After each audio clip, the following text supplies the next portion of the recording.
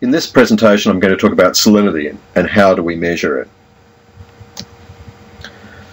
The easiest way to measure salinity is to put it in a beaker and get an electrode which we connect up to a battery, which we connect up to something that will measure current, and complete the circuit. And there is a one-to-one relationship between the salt concentration in the solution and the conductivity of that solution.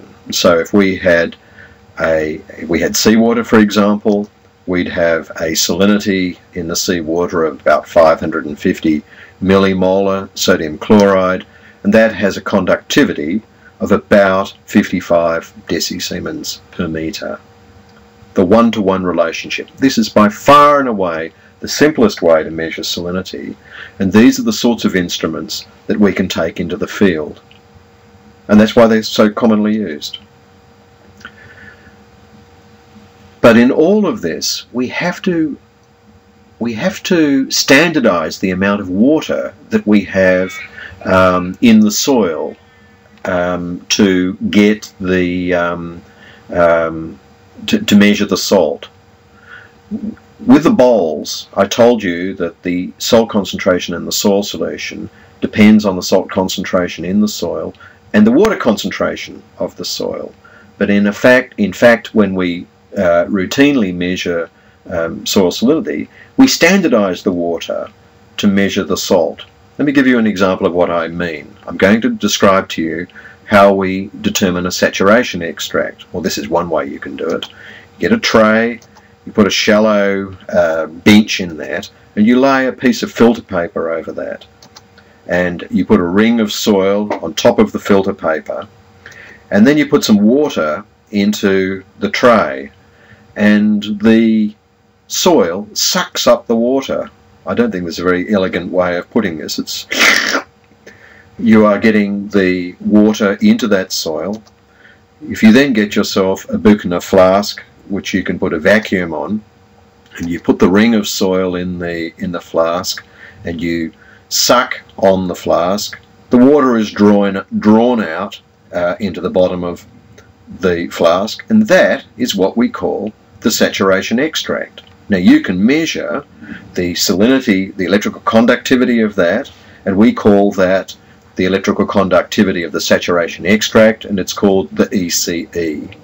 But there are all sorts of other ways in which you can wet up a piece of soil to get water out of it. One really common way is the 1:5 extract, where you take, say, 50 grams of dry soil, you add 250 mils of water, and then you shake it up, and you just measure the electrical conductivity directly of the slurry. There's no real strong relationship between ECE and EC 1:5. The ratio really varies depending on soil texture.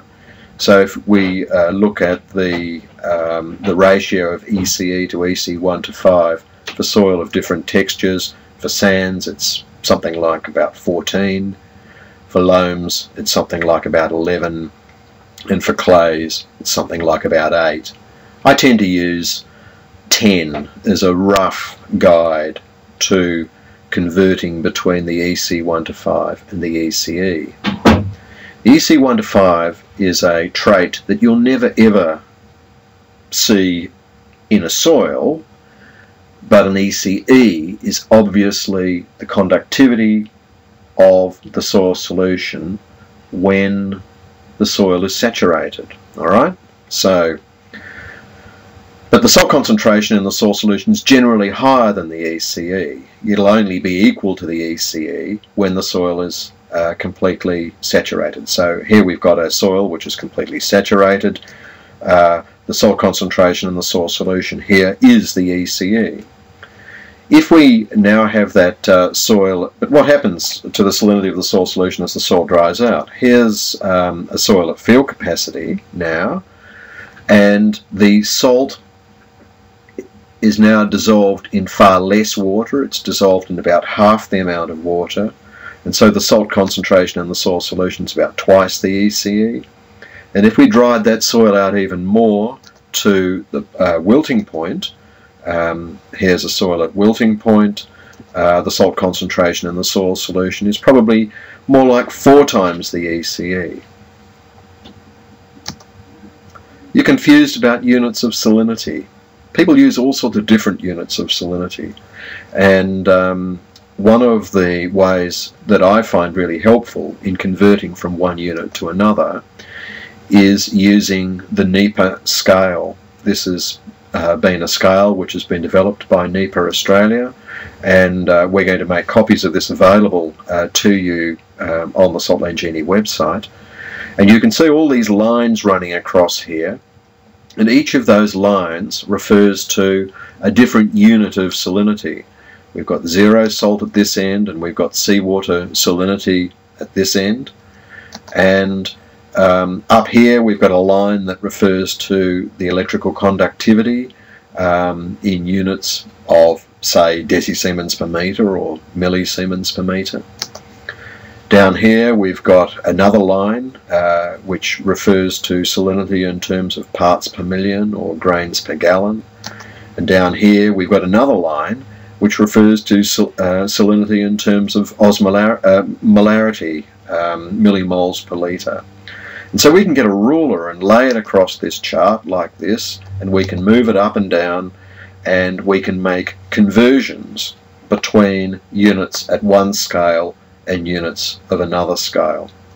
And I really do suggest that you get yourself one of these scales if you have confusion about the units of salinity.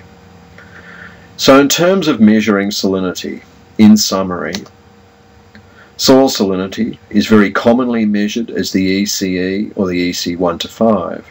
If you send a soil sample off to a lab, they will generally measure the EC 1 to 5 unless you ask specifically for something else. But the EC 1 to 5 doesn't tell you what a plant is seeing as the salinity of the soil solution.